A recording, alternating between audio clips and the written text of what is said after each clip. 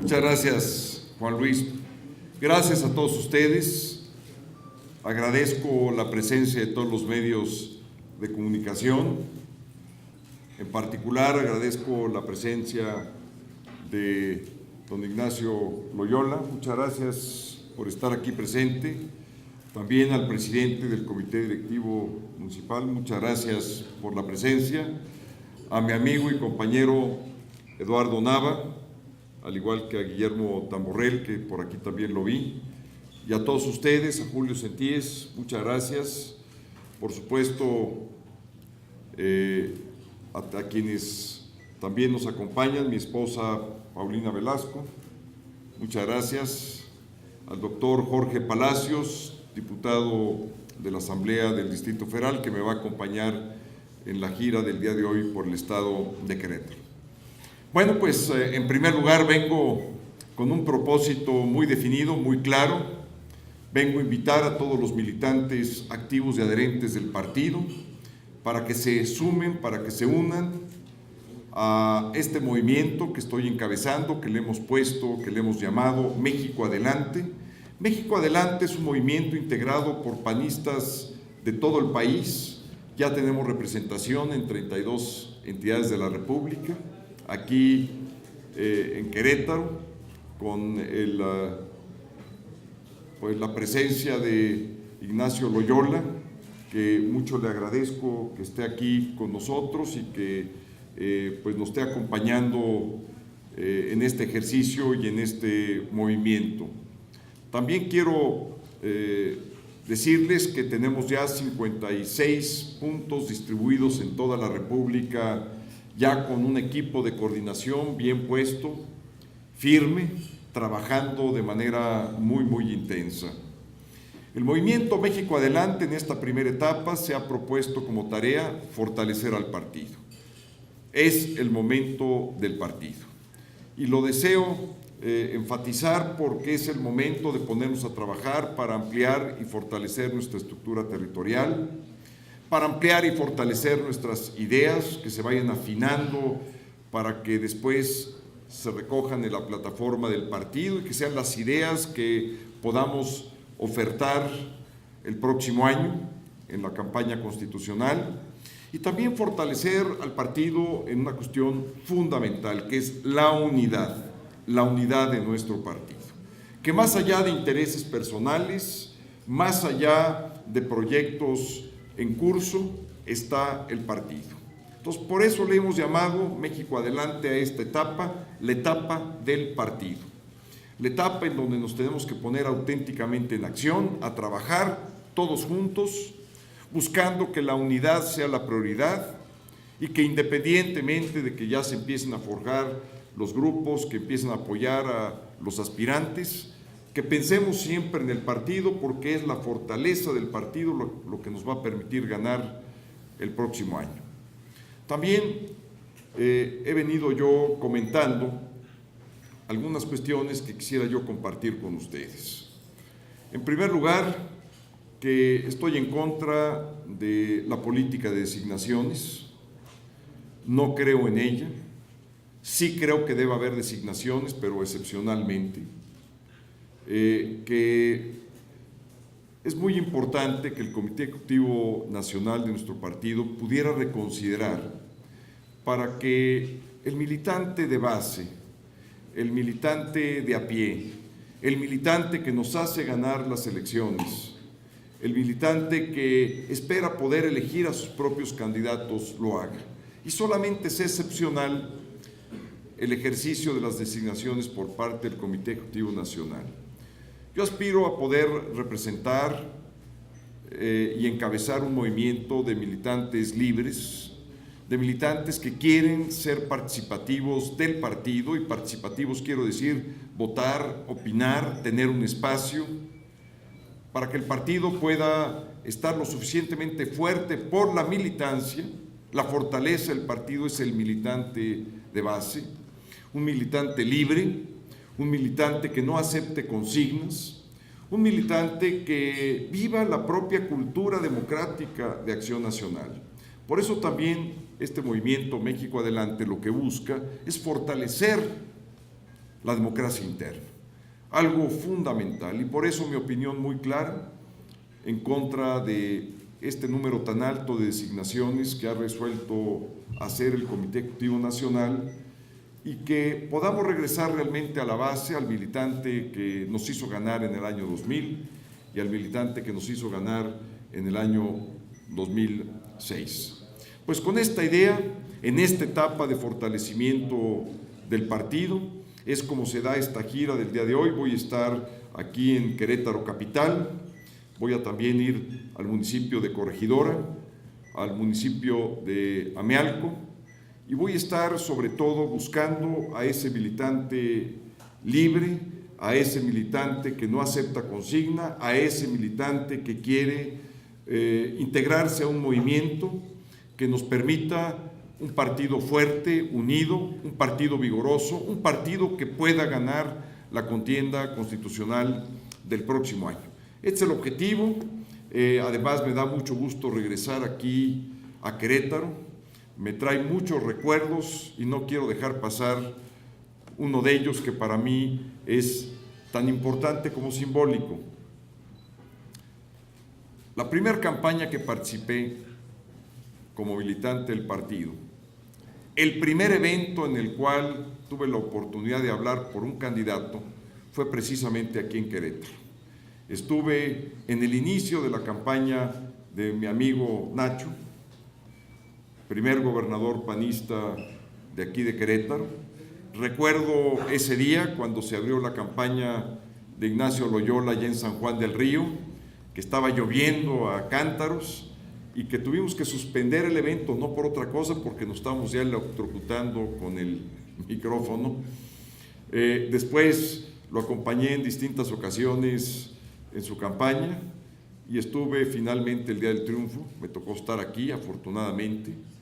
Después el partido me pidió que me fuera a San Luis Potosí para defender también la elección de Marcelo de los Santos, que no ganó en ese momento. Sí ganó Nacho, no ganó Marcelo.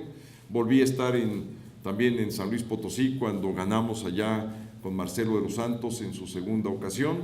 Y bueno, pues he estado en innumerables ocasiones aquí en Querétaro, no es la primera vez.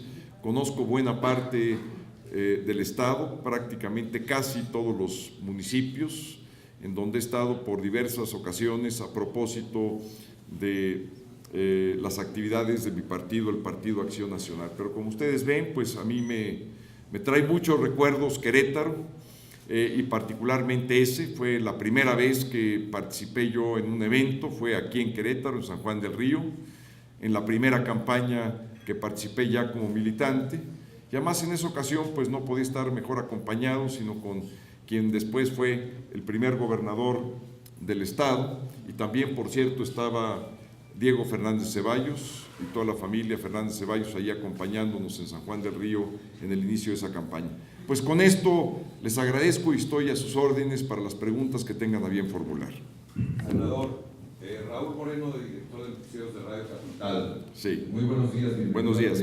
Muchas gracias. Senador, evidentemente un tema que está y seguramente en la agenda de quien gane la presidencia de la República, la lucha contra el narcotráfico. Hay un clamor general de que esa no es la estrategia adecuada. ¿Comparte usted que es la estrategia a la que lleva el presidente Calderón? Y si no, ¿cuál sería específicamente el planteamiento de Santiago Krill en caso de ser el primer magistrado de la nación? Específicamente, ¿cómo entrarle a ese tema? ¿Qué hay que cambiar? Mire, varias cuestiones. La etapa que le tocó enfrentar al presidente Felipe Calderón es una etapa muy precisa, una etapa de crecimiento de las organizaciones criminales, de fortalecimiento, y él tuvo que hacer lo que finalmente llevó a cabo. Pero esta etapa pienso que debe de concluir y abrirse un nuevo ciclo con una nueva estrategia. Esta nueva estrategia, en síntesis, muy apretada, diría que en vez de ser expansiva, como hoy tenemos una estrategia expansiva por todo el país, sería una estrategia focalizada. Focalizada a los grupos más violentos, es decir, discriminaría de tal manera que pudiéramos atacar de manera prioritaria a lo que produce más violencia en el país, Ese es el objetivo fundamental. Sería también una etapa en donde las fuerzas civiles asumirían el control gradual para enfrentar al crimen organizado. Entonces, cuando menos son 3 rubros distintos que estoy planteando en una nueva estrategia. Una estrategia no expansiva, focalizada, una estrategia que tenga además la prioridad de bajar los niveles de violencia y en función de eso atacar a los grupos con la intensidad y de acuerdo con la violencia que están generando. Y tercero, con una nueva institucionalidad para poder hacer que el tránsito de las Fuerzas Armadas a los cuarteles sea un tránsito que nos permite enfrentar al crimen organizado con una nueva institucionalidad. ¿Qué es lo que propongo? Una Secretaría del Interior que agrupe lo que hoy está disperso. Si ustedes se preguntan o me preguntan qué instancia es la responsable de combatir al crimen organizado, pues me tendrán que dar muchas respuestas. El Ejército, la Marina, la Procuraduría, la Secretaría de Seguridad Pública, Policía Federal, el CISEN, aduanas, migración. Entonces, una política que dispersa. Yo, por el contrario, plantearía una política que agrupe, que no disperse. Y todo esto bajo un mando, que es el mando de la Secretaría del Interior, pero sobre todo esta Secretaría del Interior, que por cierto no estoy descubriendo el hilo negro, todos los países que combaten con cierta eficacia el crimen organizado cuentan con una Secretaría del Interior, empezando por los Estados Unidos, que se le llama Homeland Security. Pero lo más importante dentro de esta Secretaría del Interior sería la creación de un organismo especial y especializado que combata el crimen organizado, porque lo que es increíble es que siendo el mal de males que padecemos todos los mexicanos, no tenemos una instancia correspondiente para combatir al crimen organizado. Hay muchas instancias dispersas, sin siquiera tener la vocación de ese combate. Tienen otras vocaciones, como es el Ejército, como es la Marina, como es la Policía Federal. Entonces se requiere una instancia especial y especializada, una DEA mexicana, para que se entienda con toda precisión. Y en esta instancia habrá que invertir los porcentajes que hoy se le dedican al trabajo policial de los que se le dedican al trabajo de inteligencia. Yo por eso hablo de un 80-20, 80% inteligencia, 20% trabajo policial. ¿Y en qué reorientaría no solamente la focalización, no solamente de acuerdo con el origen de la violencia, sino también a combatir algo que no se ha combatido hasta este momento, que es las finanzas de los criminales? Es la economía del crimen organizado, es el dinero lo que genera el mal, es el dinero con el que se compran el armamento, es el dinero con el que se penetran las policías, es el dinero con el que hacen sus lavados y luego resultan hasta ser empresarios, confundiéndose empresarios realmente auténticos con empresarios de esta otra naturaleza. Se confunde el mal con el bien y eso también confunde a la sociedad. Y por último, le daría una visión internacional al problema que hoy no tiene, porque no controlamos ni la producción de cocaína, ni tampoco el consumo en el mercado más grande del mundo, que es los Estados Unidos. Y es la droga, por mucho, más violenta. Buena parte de la violencia que padecemos los mexicanos es de tráfico y se llama cocaína. Pues esto es en síntesis muy apretada. Yo tengo una visión diferente de hacer las cosas. Quiero aportar la experiencia que tuve como secretario de Gobernación, 5 años. Yo creo que hace varias décadas no había habido un secretario de Gobernación que durara 5 años. Yo tuve ese privilegio y también tuve el privilegio de hacerme responsable de la seguridad interior del país en un México en paz. Quiero aportar esa experiencia que tengo. Senador, vertiente de este mismo asunto, de este problema, ¿cómo plantear la relación con los Estados Unidos? Estamos viendo lo que ocurrió con Rápido y Furioso. ¿Cómo plantear una nueva relación con el Departamento de Estado y con el Departamento de Justicia, que van muy de la mano? Es decir, ¿va a permitir que el FBI, DEA, CIA, etcétera, actúen libremente o a la luz pública aquí? ¿O cómo plantear esta nueva relación? Totalmente diferente en eso. En política exterior también traigo cambios importantes. La relación no puede ser una relación bilateral cuando es un problema de carácter continental. Llevaría yo el tema a las Naciones Unidas y denunciaría los 3 tratados internacionales bajo los cuales se gobierna el combate al narcotráfico, tratados que fueron suscritos hace 50 años. Lo primero que haría como presidente de México, los denuncio y convocaría una cumbre mundial en México para poder resolver un asunto continental que no solamente es de México. México padece los efectos de los productores andinos y del gran mercado consumidor que es los Estados Unidos. Gracias, senador. Muchas gracias. Recién inició su conferencia, dijo que está en contra de la política de designaciones que hace poco acaba de anular su partido.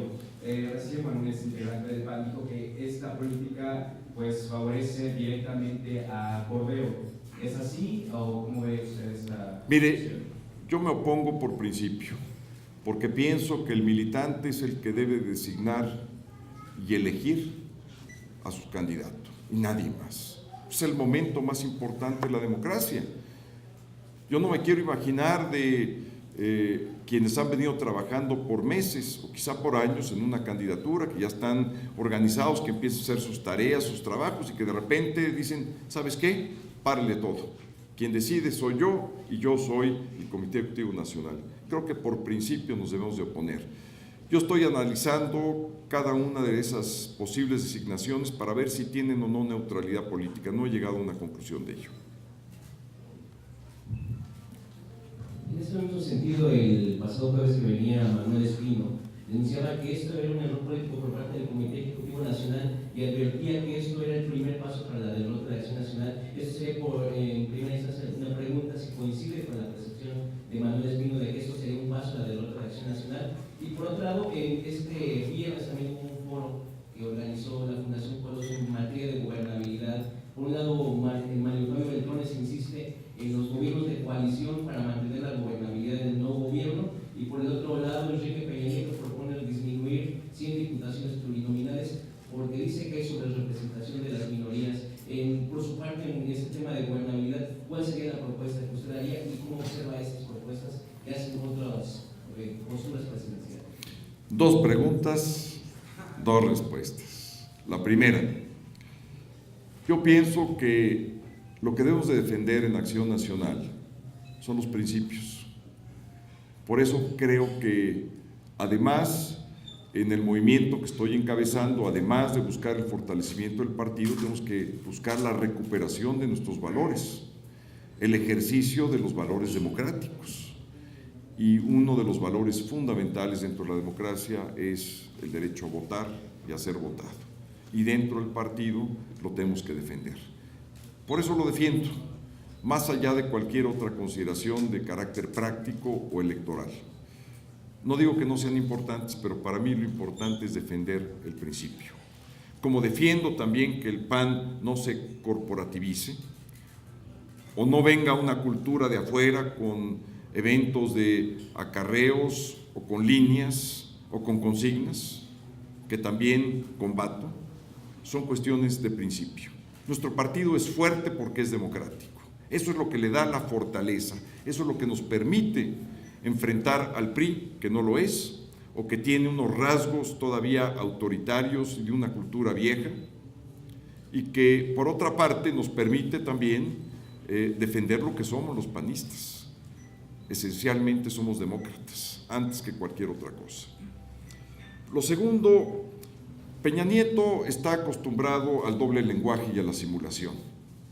Sus diputados han negado una y otra vez que reduzcamos al Congreso. Y ahora resulta que ya porque está empezando la campaña, aunque todavía está en el momento preliminar, ahora resulta que ya propone una reducción del Congreso, cuando el presidente Felipe Calderón hace 3 años presentó la iniciativa de reforma política. Los primeros que se opusieron a la reducción del Congreso fueron los priistas. Y si es cierto que apoya eso, pues él tiene mayoría junto con el Verde, su aliado, en la Cámara de Diputados, y pudiera sacar perfectamente, si es cierto, esa reforma. Pero también no solamente ha negado la reforma de reducir al Congreso, en este doble lenguaje o el lenguaje de la simulación permanente que hace el PRI, sino ha negado leyes tan importantes como la de combatir el lavado de dinero. Está en Cámara de Diputados, donde tiene mayoría con el Verde, y no la han pasado. Hay que preguntar a Peña Nieto si está de acuerdo en que los criminales sigan gozando de sus fortunas porque el Estado no cuenta con una buena ley para combatir el lavado de dinero. O hay que preguntarle si piensa que también hay que dejar en esa condición al Ejército y a la Marina sin contar con una buena ley de seguridad nacional, porque quienes han venido frenando una y otra vez la ley de seguridad nacional en el Congreso, particularmente en Cámara de Diputados, son ellos, son los priistas. Entonces, hay que revelar las cosas como son, de tal manera que el ciudadano común y corriente no se deje engañar por esta disque nueva actitud, que no es más que la actitud vieja del PRI de siempre. Senador, ¿gobiernos de coalición, sí o no? Y si sí, ¿para qué? Sí, gobiernos de coalición, que en este caso no implican alianzas electorales. Y esto es muy claro para que la gente no se vaya a confundir. Un gobierno de coalición, ¿qué implica? Implica el poder construir una mayoría estable y no como lo hemos hecho hasta ahora, que han sido mayorías pues prácticamente por retazos, para sacar adelante una ley, para sacar adelante una reforma. Eso le sale muy caro al gobierno en curso y le sale muy caro al país y a la democracia, porque son reformas a cuentagotas, reformas siempre medianitas, reformas deslavadas y reformas que no satisfacen a nadie. Por eso requerimos un gobierno de mayoría estable. Y la mejor manera, ya que el PRI negó la posibilidad de una segunda vuelta, la mejor manera es que después de la elección, es decir, al día siguiente de la elección, podamos conformar un buen gobierno de coalición que tenga cuando menos 3 elementos: un programa de gobierno, una agenda legislativa de carácter prioritario y la integración de un gabinete plural, ejecutor de la coalición de gobierno. Y todo esto que deba ser ratificado por el Congreso.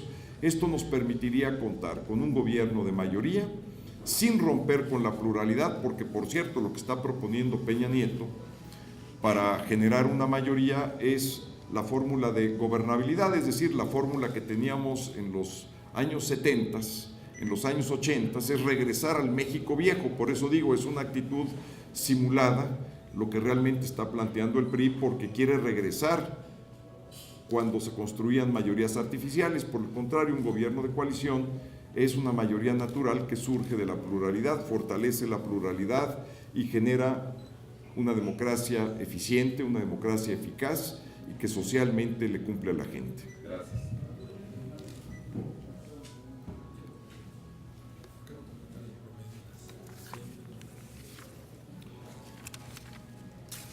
Sí, otra de las cuestiones que quisiera yo comentarles son las encuestas. Aquí me están pasando, platico de la última encuesta, que es la de parametría, que salió el lunes pasado, una encuesta hecha en Casa Habitación, de la casa encuestadora Parametría. Está en la página de internet www.parametría.com.mx. Me pone 13 puntos arriba de Josefina Vázquez Ponta y pone en 7 puntos a Ernesto Cordero.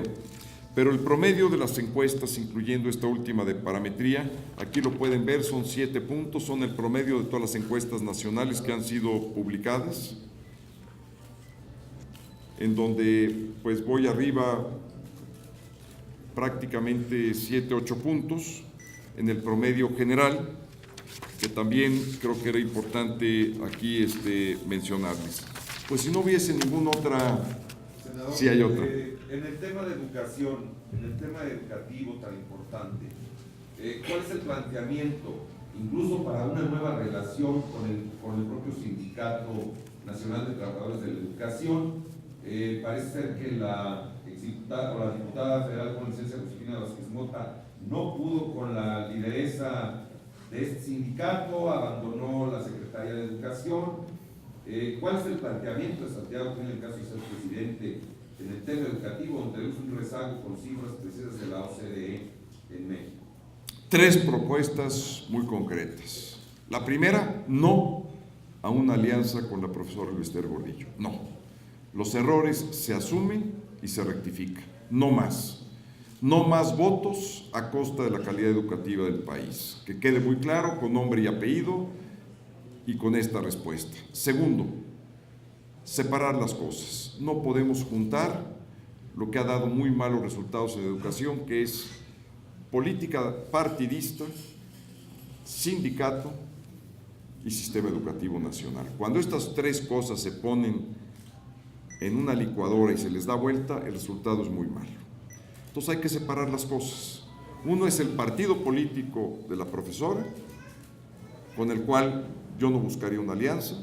Otro es el sindicato, y ahí lo que buscaría sería, en primer lugar, la democracia sindical, que implicaría cuando menos voto libre y secreto en todos los sindicatos del país, y finanzas públicas claras. Son iniciativas que yo ya planteé y están en el Senado de la República. Y tercero, en el sistema educativo plantearía una revolución, una auténtica revolución educativa que iría desde los horarios de clases hasta el calendario escolar, pasando por un programa educativo nuevo y moderno, pasando por una carrera magisterial y por último, o no diría último, decir que para mí evaluar también es educar. Entonces requerimos un proceso de evaluación que empiece por contar con un padrón de todos los maestros del país que hoy no tenemos. Nada más con eso. ¿Herencia de plazas?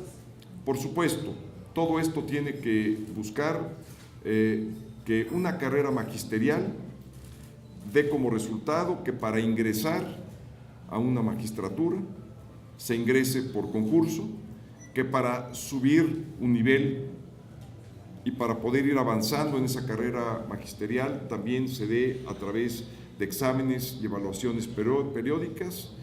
Y quizá lo último, pero que es igualmente importante, si queremos realmente hablar de una educación pública, hay que devolver la educación a la sociedad. El sistema educativo público no puede ser de dos: de la cúpula gremial, del magisterio y del gobierno. Tenemos que buscar que la sociedad participe, y particularmente los padres de familia, que estén presentes en sus organizaciones y en el sistema que debemos de plantear para que estén supervisando lo que hace el maestro todos los días. Y pondría un énfasis muy particular en los directores de las escuelas primarias y secundarias, porque ahí creo que podemos empezar con el cambio auténtico del sistema educativo. Muy buenas tardes. Con relación a la política turística, en este sexenio desaparece la Secretaría de Turismo, siempre no desaparece. ¿Y cuáles son los lineamientos que usted haría directamente, siendo que Cancún o el Caribe mexicano se lleva el 80%? Los demás estados, Querétaro, que es responsable del turismo, tienen poco apoyo. ¿Cuál sería la política general? Bueno, pues mire, lo primero es promover para que se incremente el nivel de visitas turísticas al país, que viene decayendo particularmente en estos últimos meses. Y ese decaimiento tiene que ver con la inseguridad que prevalece en algunas plazas muy turísticas del país. Aunque esto se niegue, así es.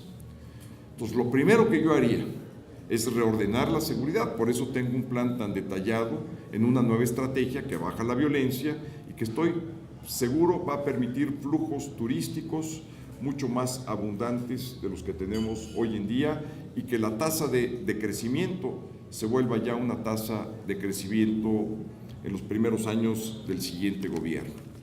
Segundo, tiene usted razón, se desapareció la Secretaría de Turismo, pero siempre no, muy en el estilo de las cosas que luego suceden en los gobiernos. Yo, al contrario, fortalecería la instancia pública. Es, sin duda, nuestra mejor y mayor ventaja competitiva que tenemos como mexicanos ante el mundo, y para generar además una mejor economía de la que tenemos. No hay espacio, no hay actividad económica que tenga mayor futuro en el país que la actividad turística por varias razones. La primera, porque tenemos los activos turísticos ya puestos. Desde las playas, pues simplemente ver y regresar aquí a Querétaro, en este lugar que es el centro histórico, pues da idea del potencial que tenemos en muchas partes del país.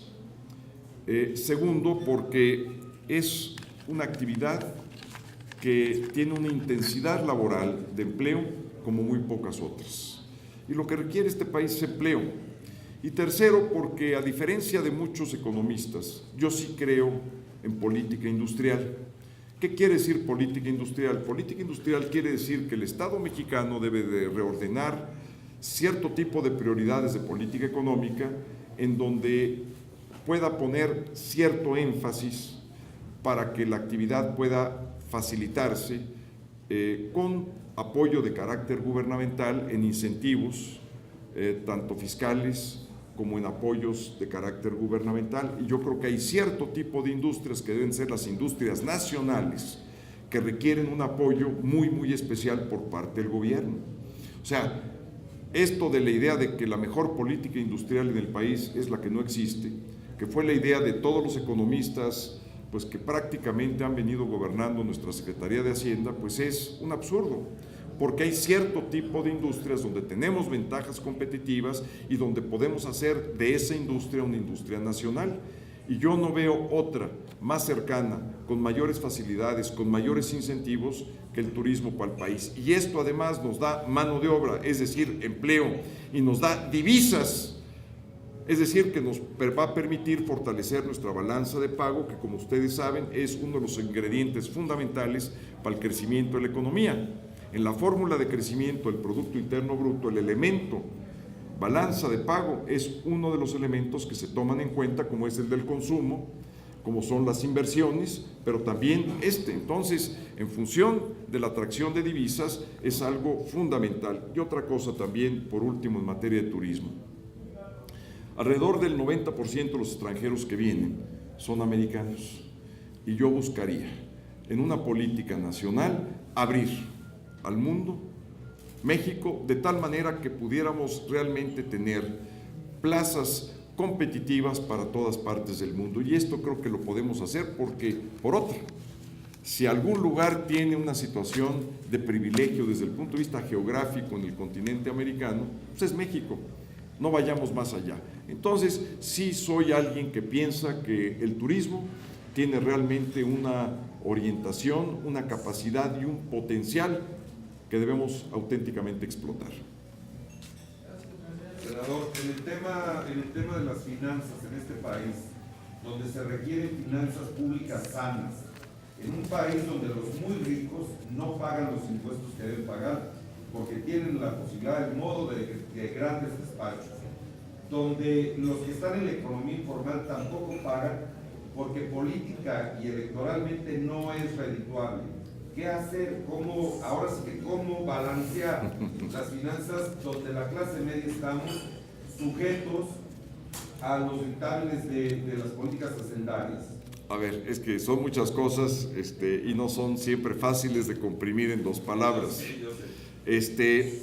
Yo creo que las finanzas públicas es algo que hay que mantener. ¿Qué quiere decir finanzas públicas? De manera sencilla, no gastar más de lo que se tiene, como lo hacen los priistas. Ahora el profesor Moreira está dando muy buenas clases, por cierto, de deuda. Ha hecho de la deuda ya un lema, porque dice el profesor Moreira que todo lo prometido de hoy en adelante será deuda, como lo hizo en Coahuila, convirtiendo 300 millones de deuda en 34,000 millones. Bueno, eso es lo que no hay que hacer. Para tener finanzas públicas sanas, el PRI no va a llegar a Los Pinos. En segundo lugar, no hay otra manera. Digan los economistas, espero que no haya muchos economistas por acá porque, bueno, con todo respeto, entonces voy a decir con excepciones. Toda mi vida he estado en discusión con economistas. Cuando fundé la carrera de Derecho en el ITAM, pues la discusión era con todos mis amigos economistas que estaban en la Secretaría de Hacienda, desde Pedro Aspe, Paco Gil y todos los demás. Entonces he estado discutiendo con economistas toda mi vida. No hay que inventar el hilo negro. Para que crezca nuestra economía y dé para todos, tenemos que subir el nivel de inversión física e inversión en capital humano de lo que hemos venido haciendo en la última década. No hay otra. Quien les venga a decir que el crecimiento económico se puede hacer prácticamente con gasto público, que es mayor déficit, que eso es deuda, es un absurdo, porque eso es inflación, son tasas de interés alto y es volver a desequilibrar las finanzas públicas. La única manera inteligente, sana, de poder hacer crecer la economía es a través de nuevas inversiones. ¿Cuánto necesitamos? Necesitamos alrededor de 10 puntos del Producto Interno Bruto para hacer de nuestro país tenga un crecimiento de alrededor del 7% anual, más o menos estable. Y la pregunta es, ¿dónde se puede invertir ese dinero? Por supuesto que está turismo, está infraestructura, pero los grandes mercados están cerrados. Entonces necesitamos romper con los monopolios que tienen muchos de los mercados del país, que producen productos caros de mala calidad, pero sobre todo que aprisionan la posibilidad que entren nuevas inversiones. Entonces todo esto pues tiene que cambiar y se requiere, digamos, de cambios muy profundos, y para eso sirve un gobierno de coalición, un gobierno de mayoría, un gobierno fuerte, que pueda planteársele a los monopolios, que pueda planteársele a los sindicatos, que pueda planteársele a las centrales campesinas, a reordenar los intereses creados, intereses, por cierto, del antiguo régimen, que todavía padecemos y que son los diques que frenan el proceso democrático del país y su desarrollo económico. Muchas gracias a ustedes.